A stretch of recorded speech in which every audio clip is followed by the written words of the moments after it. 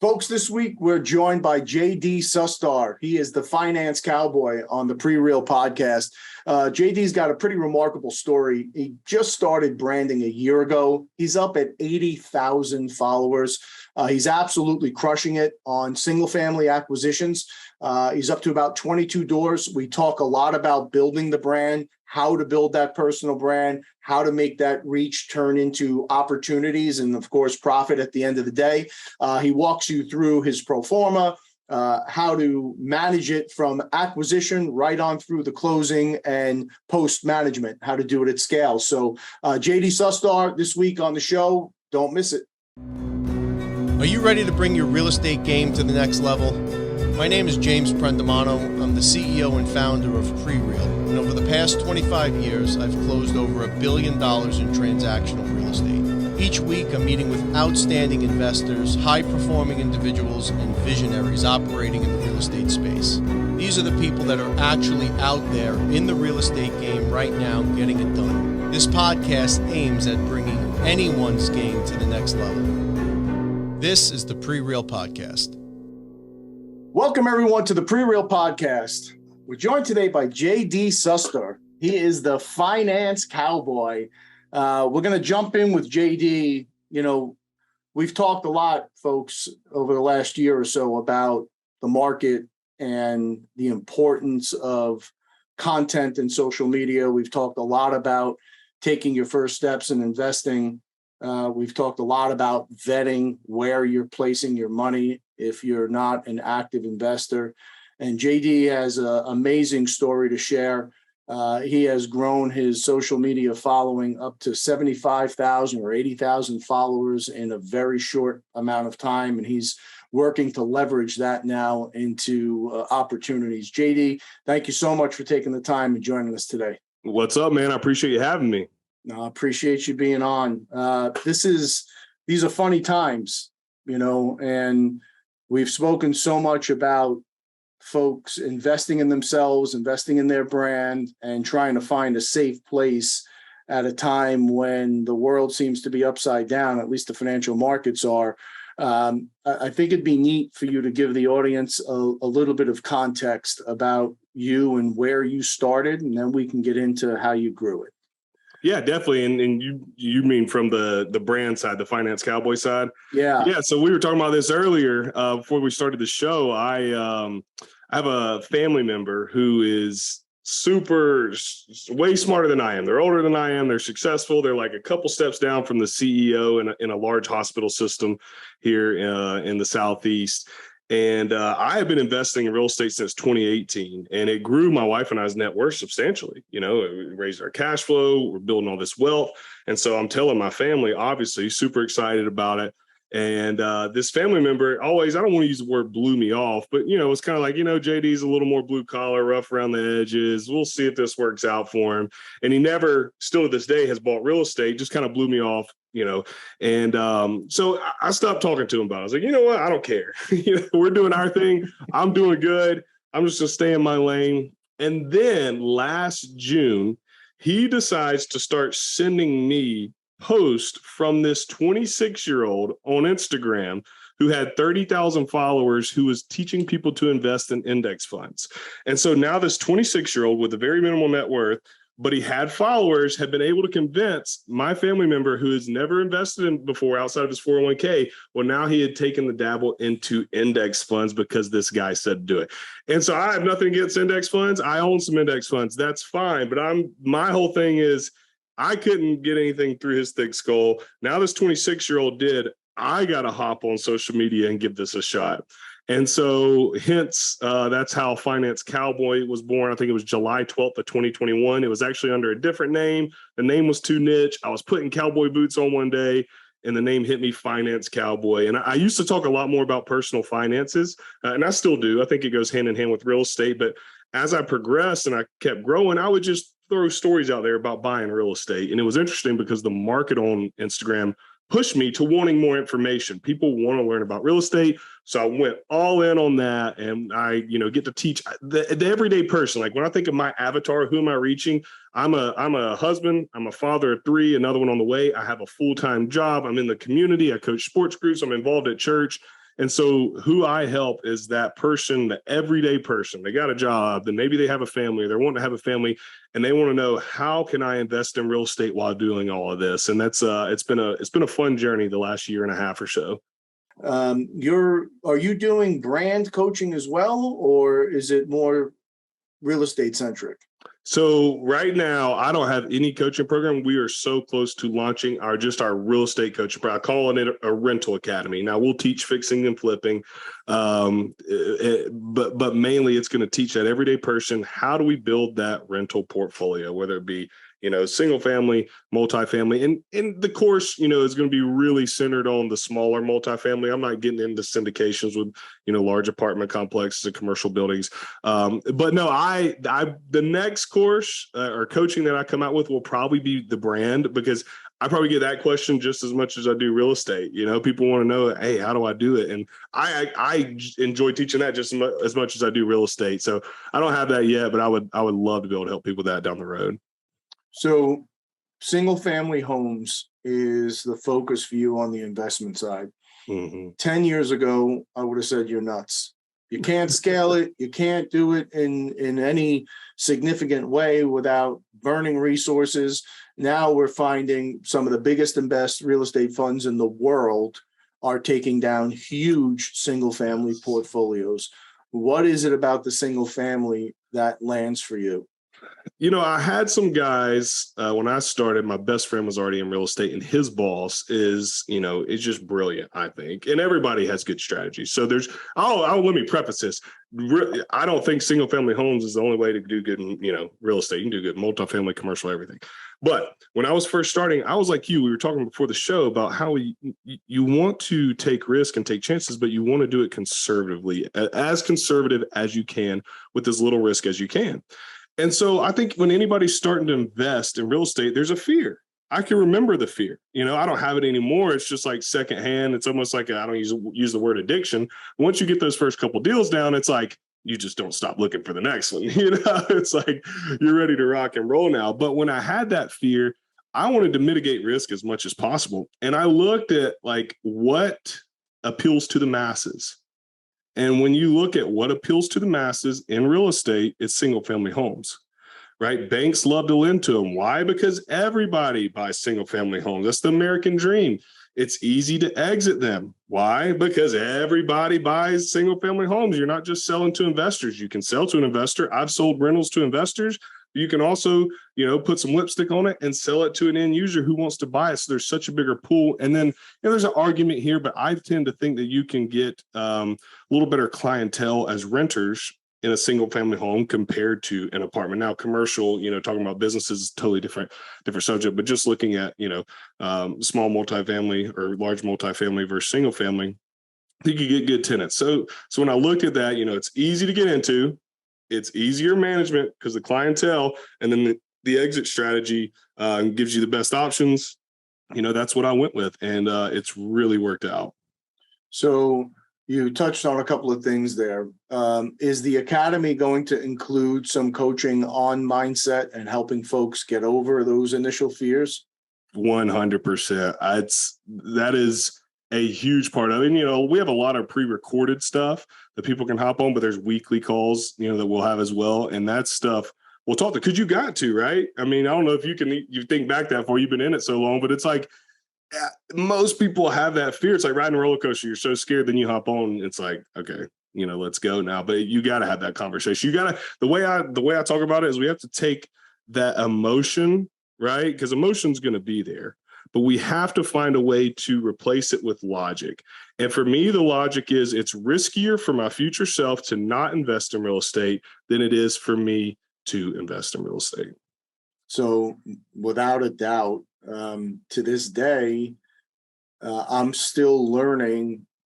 I guess I'm pretty damn stubborn, but I had a hard time, even after all these years, JD, realizing that if you have the deal and you have the experience, the money will come.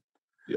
I had it backwards for so long. I felt that if you didn't have the access to capital, then you couldn't execute. And what I found is when you reverse it and you recognize the access to the deals and just having the experience, man, that's 90% of it. I found that there's a whole world out there that's itching to get involved. And by growing your brand, that's how folks can get involved. So Yep. let's get in the weeds a little bit. Where are you finding these deals?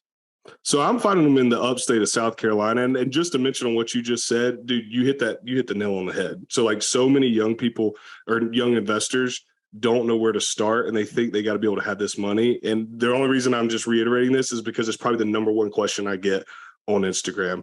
And I tell people, I want to trademark it, find deals, get money. Like, hey, how do I get started? Learn everything you can about real estate and just go be a bird dog. Find as many deals as you possibly can, then come back to me and I'll help you find funding, because there are thousands, hundreds of thousands. We've got 300 million people in America.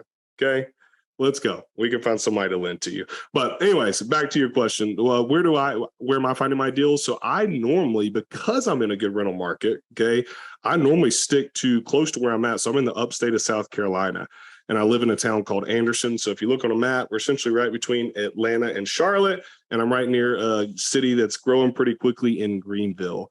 And so I am looking in B2C class neighborhoods in my area that we can do value adds, right? So that we can do forced appreciation off of the get-go. And so I've found them a number of ways. I just locked up 2 properties this month. I closed on one 2 weeks ago. I closed on another one on the 27th. Both of those came from the MLS, man. You know, we look at this market. I watched them the day they came on, and I waited until they've been on the market for over 30 days. And I went in, offered cash $40,000 less than what they were asking, because that's what would make it a very good deal for me. One of them accepted it at $40,000 less. The other one, I got it at $30,000 less, cash close, with a 2-week span. And, like you said, I was able to lock those up and then go find the private money because they were heck of deals, and make it happen. So that's how I'm doing it. Those were on the MLS. I've cold called and found properties. Networking's been huge for me. Like, I literally teach people, just tell everybody you know that you invest in real estate. Get in with locksmiths, get in with contractors, tell all the realtors. I've got so many deals that, I haven't bought any recently from a locksmith, but I got a guy in my church, he's a locksmith. He calls me every time he's in a house that they're about to sell, and so just really networking hard, looking at the MLS, cold calling if you want, throwing some stuff on Facebook Marketplace, but really trying to keep those leads coming in. You're vetting these things on a case-by-case basis as they come in. You've got a spreadsheet you built out? Exactly. That's exactly what I'm doing. And, a lot of people are asking me, why aren't you waiting until next year when the market's going to drop more? Aren't there going to be good deals? I think there's going to be a lot of good deals, and I'm primed up and ready to rock and roll then. But why wait when you can get prices now for what they're going to be, next year? It's like you said, the 2 people that I bought from, they needed to get out. Well, one of them needed to move to Michigan within 3 weeks. I said, well, I can do a 2-week close. The other one, it's an estate sale. It's surety. They want to get rid of it because everybody knows the market's looming. And so there's so many opportunities, and I would encourage you guys, don't just wait around, and make sure you're vetting them, right? Give yourself a buffer in there, knowing that the market's going to slow. It's already slowing. It's going to slow more in the next year and a half, maybe 2 years. And so, give yourself a good equity boost there. And always run your numbers. I give out a free resource that people can get from my Instagram page, and it's literally a 19-point checklist I put together that gives everybody everything that they need to look for when analyzing a rental property. And so they take that 19-point checklist, they accumulate all these different items, right? And then they go plug it into a rental calculator, which I have mine that people can get, or if you can get them online, if you have one, whatever, just go get a rental calculator from somewhere. You got to have something to run a pro forma, plug it all in there, and then look at the numbers. And, I'm very conservative with that, and, I want to make sure I have a good deal and look at the pro forma over the next 3, 4, 5, 10 years. And, that's how I make my decisions. So what's important to you? Is it the cash on cash? Is it the net number at the end of the month? What works for JD? It varies deal by deal. That's a great question. I get asked that a lot. So like I have a, mobile home park, a mini one. It's got 7 mobile homes. When I bought that, it was strictly because of cash flow. Right now it's cash flowing $6,000 a month. It's on a 10-year note, right? And so I bought that off of, based on cash flow, because that's not a, big appreciating asset. When I buy Airbnbs, for me, it's cash flow. I'm looking at how can I maximize this cash flow. I own one in Charleston, South Carolina, brings me in $850 to $900 a month, which I think is pretty good. Could be better if I didn't have all the HOAs, but it's kind of like a beautiful scenario because I got good cash flow and it's on a gated community island with $1 million homes around me. So over time, the appreciation is going to be great too. And then with my long-term rentals, man, I would be lying if I said it was all one metric, because when I started, and still to this day with a lot of my long-term rentals, I really play the long game. I really do. And so I'm not looking 1 to 2 years away. I'm looking 5, 10, 15, 20 years away. And so like the deal I just closed on 2 weeks ago, it's cash flowing $150 a month, and I think the cash on cash returns somewhere like 9.5 or 10%, which is fine, but it's not like a killer. Somebody would be like, well, why would you buy that? Well, let's say that this property doesn't appreciate 1 ounce over the next 10 years. I still have a property that is right now worth $150,000. I'm making $150 a month in case crap hits the fan, and somebody else is paying off that asset for me. And I don't have to do anything about it. I got a property manager in place. And so if we look 10 years down the road and I no appreciation whatsoever, 10, 15 years down the road, I'm going to have a property free and clear worth $150,000. And so I really keep that in mind and not try to get caught up on the year one pro forma, because we have to look at the long run. And then what I really didn't do as a rookie, and you got to be careful, you don't want to just speculate. You can't just speculate. And that's why I just gave you the example without any appreciation. But if we use some common sense, history tells us there is going to be some appreciation built in there in the long run. And then rents based on history and data is going to keep appreciating well. So that year one pro forma is only going to get better. So yeah, I may only make $150 in cash flow year one, but what's it look like at year 5? What's the value at year 5? And so, that's long story long. That's kind of how I, look at these properties when I'm buying them. So you're flexible depending on the particular asset, and it's smart. You're diversifying and you're trying to cover the bases. So, because there are a lot of ways to earn in this business, and appreciation is certainly something you can't look past. When you're negotiating your deals, are you doing inspections? Do you have contingencies? What do your deals look like? I always do a physical inspection, like a home inspection, a termite inspection, obviously title inspection. Those are no-brainers. If somebody doesn't want to allow me to do it, I just won't buy a property, And some could argue that that's not the smartest thing. And, I would say, maybe you're right, because I could just get a contractor to go in there and look at it. But what I've learned over the years is, contractors are like, oh, yeah, we can fix that. Not a big deal. Oh, yeah, we can fix that. Yeah, no biggie. Yeah, next thing you know, it's $50,000. And they're like, oh, no biggie. Whereas an inspector's going to go in, third party, they're going to give you the nuts and bolts of everything. And so I do that for number one. The second reason I do a physical inspection is I really think true negotiations start after you get the property under contract and you have your inspection back. I don't know how many times that I've got a property under contract, got the inspection, they'll be like, well, we're selling it as is. Well, don't let that make you think you can't get more money knocked off the deal. As is means nothing to me, right? It just means they're not going to do it. That's fine. You don't have to do it.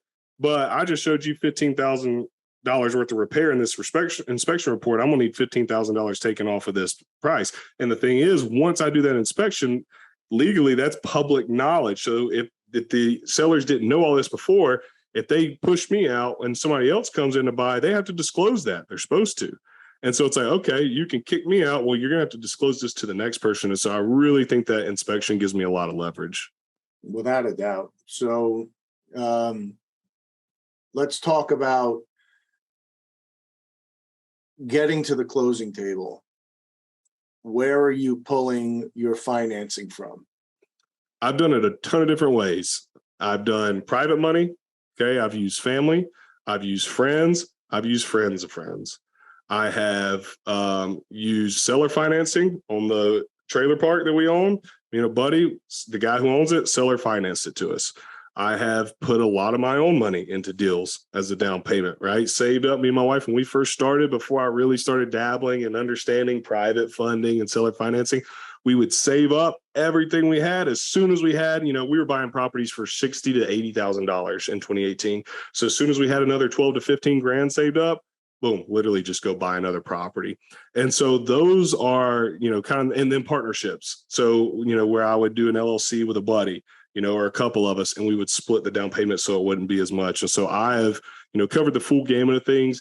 I haven't technically done hard money. Private money is very similar to hard money. It's just not a professional, so to speak. I have a lot of hard money lenders who message me pretty much daily, especially now that I have the reach. They all want to work with me, but I really like private money. If it's somebody I know, I normally get better deals, and I try to work in a way to not have to put any capital down. So. Sure. So are you using the private money for just the down payment or for the entire acquisition, or are you going to like a bank and getting institutional debt for the second piece? So I'm doing the Burr method normally. So it's buy, rehab, rent, refinance, repeat. So I'm taking private money for the entire purchase and the rehab, buying it, rehabbing it, get a tenant in there, reappraisal, 80% in theory should cover all the private money that I had lent out, pay them back plus their interest or their fee. Now I have a bank note out. Normally my bank notes are 20-year AMs with a 5-year balloon. I do have a lender who does a straight 20-year amortization. And so I actually refinance a lot of my properties into that. We talked about, mitigating risk. And so the majority of my properties are in that 20-year fixed AM. But I'm working with a lender right now. Their interest rates are still very low. Like I just locked a 5.25% here 2 weeks ago in a commercial loan. So yeah, they have the 5-year balloon. But I'm like, hey, I'm rocking with you guys. As long as that interest rate is staying in the low to mid fives, I'll keep going with you. I'll refinance in the 20-year fix later with the other lender. So brilliant that you're going longer term on the rate, right? I've seen so many people make the mistake of when the market's getting shaky, they're not keeping an eye on that, and they're still doing these 1-year ARMs and 3-year ARMs. You need to be able to get to the other side of the rainbow, right? This is a cycle, folks. It's going to go up, it's going to go down, but then it's going to come back up again. Yeah. The trick is getting from where we are through the dip and back up on the other side of it. And to save that 1/8 of a point, 1/4 of a point, I could speak from experience, folks, pay the extra quarter or half or whatever it is, get yourself some terms so you can get through this. Yep. As JD is saying, if you're doing your homework, your metrics on the way in, where you're going to cash flow. In an inflationary period like this, chances are rent is only going to go up. You're probably going to be able to recast that and get more money than you are today. But if you're not fixed on your debt, boy, you could be into a world of hurt, because rates are going to continue to do what they're doing. And that's where folks get jammed up a good bit. So that's, mitigate that risk with that debt as much. I don't like 5-year balloons. I think they give you enough time. Most of the time, they're going to give you enough time. But I don't even like that. I mean, the 20-year fixed is my favorite. And there's another one with a 20-year, with a 10-year balloon. And when I start doing that, I feel more comfortable. But yeah, like you said, when you start doing a 1-year ARM in this market, oh man, you're stressing me out just making me think about it.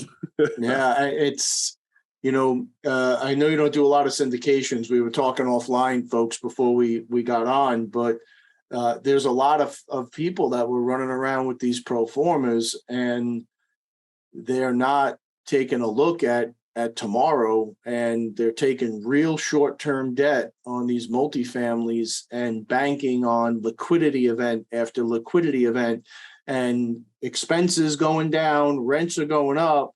It's like, that's not what happens in real life, right? You got to make sure you can get to the other side of the rainbow. That's great advice.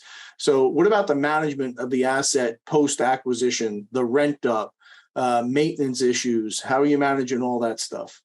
Yep. So, on the front end, I factor that in the pro forma. So when I say cash flow, all that's factored in, normally around 10 to 15% maintenance rate, depending on what we've done on the property on the front end, right? 5% vacancy rate, you factored in taxes, insurance, all that. I now have every property managed by a company. So I don't do any management any longer. I used to manage my Airbnb for 1.5 years, and I'm just at the stage in life. I got 3 little ones, another one on the way. I wanted to be completely passive. And so I have great managers Not everybody can say the same, and it takes some time, I think, to find those and setting those expectations and interviewing. I hit the jackpot pretty quick, and part of that's because of my network. You just use your network to see who other people are using. People say, well, how do I find property managers? To me, the best way to start is call other investors. Well, I don't know other investors. Okay, well, download an app like LandGlide or PropStream, get on there and look at all the LLCs listed, and then look up the owner of those LLCs, call the guy, hey, I'm a new investor. Can I take you to lunch? If you call 10 of them, one of them's going to let you take them to lunch. Then you grow out their network, And so that's how I found my property manager. They do a great job. They're raising rents when people leave, when they're renewing, if the rents are under, value, then we'll raise them up.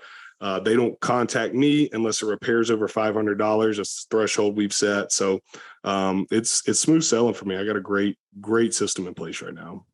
Do you mind me asking roughly what % of the deal they're charging you on those? 10%. So all of my long-term rentals are 10%. And then my one Airbnb, my mom actually manages it. So I got a great deal there. It's like 7.5%.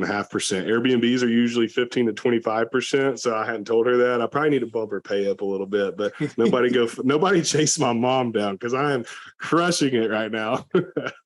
So folks, if you can find a management company that is handling your day-to-day, your lease up, they're adjusting rents, they're handling repairs for 10%, it may sound like a lot of money. It is free. You can say that again. You could say that again. That 10% is the best money you will ever spend if you're looking to grow and scale. Another mistake I made, years and years and years ago when we first started, there weren't all these tools. For me to connect with a guy like you now, it's easy peasy, right? And like you said, if you call 10, probably 4 are going to say yes.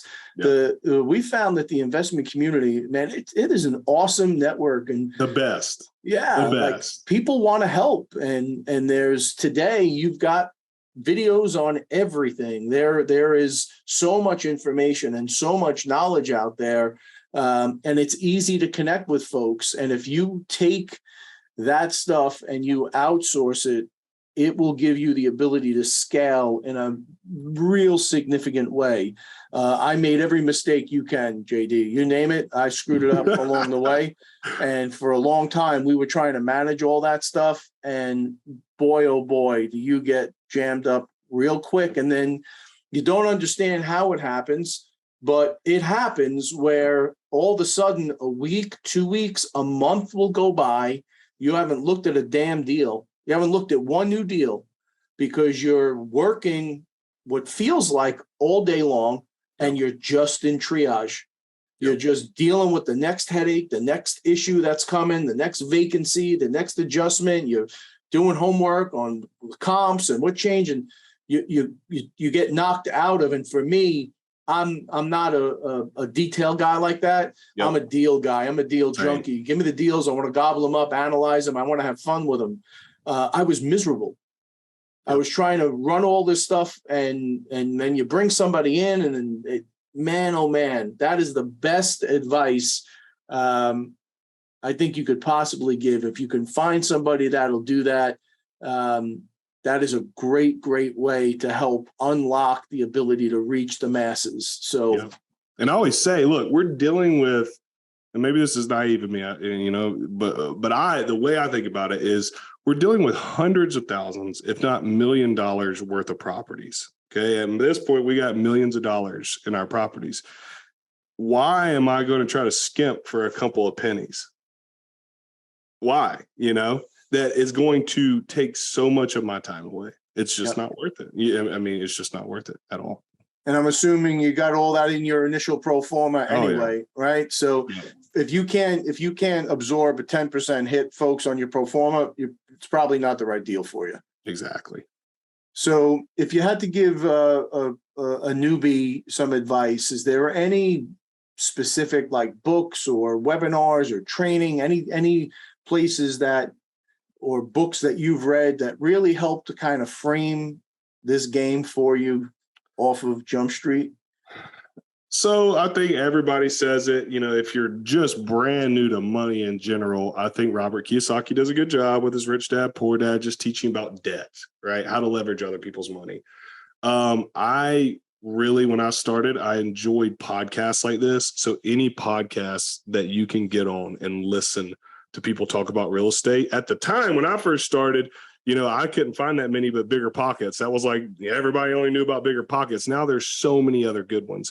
So listen to every podcast you can, hop on every real estate book you can. I didn't really dig into books. People ask me, what's your favorite real estate books? I didn't really dig into them that much. I listened to podcasts more. And then I went to guys. I think you can save a lot of time. I love reading books. I read a lot of them, but I think you save time going to somebody who's done it. And so I spent a lot of time with my buddy who was doing it and his team. I just would, whether they wanted me there or not, I was on the phone hearing about their deals. I wasn't doing any deals. I was just listening and watching. And so I think you need to learn everything you can do. And then, like we mentioned earlier, once you get that foundation, you can talk the lingo, you understand real estate, learn how to be a bird dog. That should be step 2. And when I say bird dog, is learn how to find deals, learn how to analyze deals. Even if you're not buying any, analyze deals every day or a couple days a week and learn, okay, this makes sense. This doesn't make sense. Can I do something to this property? Like add a bathroom, turn it from a 3-1 to 3-2. And now it makes sense. Just like thinking through all those things all the time. That's really going to help you because like we mentioned, once you start getting that down, once you can mine those gems, right, then you can find capital. Whether you say, hey, I don't have a ton of capital right now, you're going to find somebody who will probably lend to you. And so, that was big for me. And then obviously I'm biased. I got a course coming out for beginners. So you can holler at me at Finance Cowboy on Instagram. Would love to help you, but really dig in and just build that base and start finding properties or start analyzing properties. So this has been great advice. Is that the best way for folks to find you on Instagram? Yep. Instagram.com/Finance Cowboy. This was a fascinating chat, JD. Best of luck. Congratulations on the success. I think it's a great story. Congratulations on the brand. This is great stuff, man. Really, best of luck to you. Thank you so much. I appreciate you guys having me. And like I said, if you got any questions, please reach out. Absolutely. He is the Finance Cowboy, JD Sustar, everyone. As always, stay safe.